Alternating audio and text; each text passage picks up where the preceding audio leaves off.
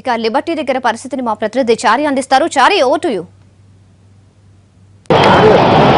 ప్రస్తుతం మనం తెలుగు తల్లి ఫ్లైఓవర్ దగ్గర ఉన్నాం. ఇప్పటికే వినాయక నిమజ్జనానికి సంబంధించినటువంటి ఏర్పాట్లన్నీ అటు జిహెచ్ఎంసీ కావచ్చు, ఇటు భద్రతా చర్యలకు సంబంధించినటువంటి ఏర్పాట్లు పోలీసులు ముమ్మరం చేశారు. అయితే బాలాపూర్ గణేష్ కి సంబంధించినటువంటి శోభయాత్ర బయలుదేరిన నేపథ్యంలో చార్మినార్ ప్రాంతానికి బాలాపూర్ గణేష్ ని శోభయాత్ర వచ్చిన తర్వాత ట్రాఫిక్ క్రమబద్ధీకరణకు పూర్తి చర్యలు చేపట్టే అవకాశాలు కనపడుతున్నాయి. ప్రస్తుతం ఈ ఏరియాలో ట్యాంక్ బండ్కు చేరుకునేటువంటి దారులన్నీ ఓపెన్ చేసి ఉన్నాయి. 2 గంటల తర్వాత ఈ దారులన్నీ మూసివేసే అవకాశాలు చాలా స్పష్టంగా కనపడుతున్నాయి. ఎందుకంటే ఇప్పుడిప్పుడే అన్ని నగర శివార్లో ఉన్నటువంటి విగ్రహాలన్నీ కూడా శోభయాత్ర బయలుదేరే అవకాశాలు కనపడుతున్నాయి. బాలాపూర్ గణపతి విగ్రహ శోభయాత్ర ప్రారంభమైన నేపథ్యంలో మిగతా అన్ని చోట్ల ఉన్నటువంటి విగ్రహాల యాత్ర కూడా ప్రారంభం అవుతుంది. మధ్యాహ్నం 2 గంటల ప్రాంతంలో తెలుగు తల్లి ఫ్లైఓవర్, అసెంబ్లీ, రవీంద్ర భారతి నుంచి పూర్తిగా ట్యాంక్ బండ్కు వచ్చే వాహనాలన్నింటినీ ఒకవైపు నుంచి క్రమబద్ధీకరించే అవకాశాలు చాలా స్పష్టంగా కనబడుతున్నాయి. అయితే ప్రస్తుతం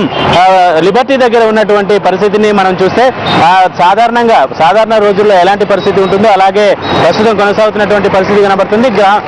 చిన్న చిన్న మంటపాల్లో ఏర్పాటు చేసినటువంటి వినాయక విగ్రహాలు నిమజ్జనానికి తీసుకొస్తున్నటువంటి పరిస్థితిని మనం చూస్తున్నాం. అయితే సాయంత్రం 2 గంటల తర్వాత పూర్తి స్థాయిలో భారీ విగ్రహాలు కనపడే అవకాశాలు ఉన్నాయి. నిమజ్జనానికి కూడా పోలీసులు ఏ ప్రాంతంలో వినాయక నిమజ్జనంలో ఏర్పాటు చేసేటువంటి వినాయక మంటపాలకు ఏ క్రేన్ల కేటాయించారు అనే రసీదుల్ని కూడా అందించినటువంటి నేపథ్యంలో ముందస్తుగా ఉన్నటువంటి విగ్రహాలు, సమీపంలో ఉన్నటువంటి మంటపాలకు సంబంధించినటువంటి విగ్రహాలన్నీ త్వరితగతంగా నిమజ్జనానికి తీసుకొచ్చేటువంటి ప్రయత్నం చేసినటువంటి అవకాశాలు కనపడుతున్నాయి. అయితే ప్రస్తుతం అసెంబ్లీ ప్రాంగణం నుంచి తెలుగు తల్లి ఫ్లైఓవర్ వైపు వచ్చే వాహనాలను కూడా పూర్తిగా ఇప్పుడిప్పుడే క్రమబద్ధీకరించే ప్రయత్నాలు చేస్తున్నారు. ఇక Secunderabad, Amberpet, Ramnagar, RTC cross road నుంచి సంబంధించినట్టు అటు నుంచి వచ్చే విగ్రహాలకు సంబంధించి ఇప్పటికే వెహికల్స్ ని కూడా అనుమతిస్తున్నటువంటి పరిస్థితి కనపడుతుంది. అయితే సాయంత్రం 2 గంటల తర్వాత పూర్తిగా ట్యాంక్ బండ్కు చేరుకునే ద్వారాల్లో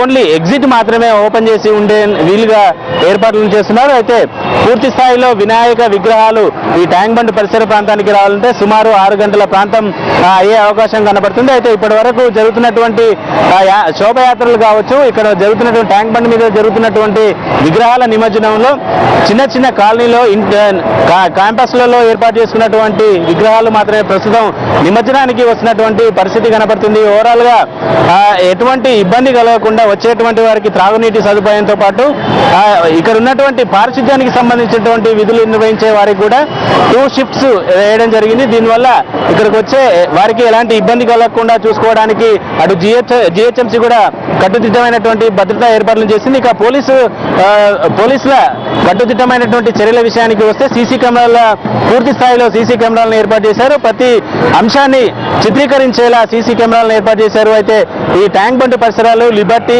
అసెంబ్లీ ప్రాంగణం సుమారు 6 గంటల ప్రాంతంలో వినాయక శోభయాత్ర పూర్తిగా ఇక్కడికి చేరుకునే అవకాశాలు కనబడుతుంది. ఇది లిబర్టీ ట్యాంక్ బండ్ దగ్గర ఉన్నటువంటి ప్రస్తుత update. Over to studio. Right Chari, thank you. అది లిబర్టీ వద్ద శోభాయాత్రకు సంబంధించిన అప్డేట్స్. మరిన్ని అప్డేట్స్ మరో చిన్న బ్రేక్ తర్వాత చూస్తూనే ఉండండి ఎన్టీవీ.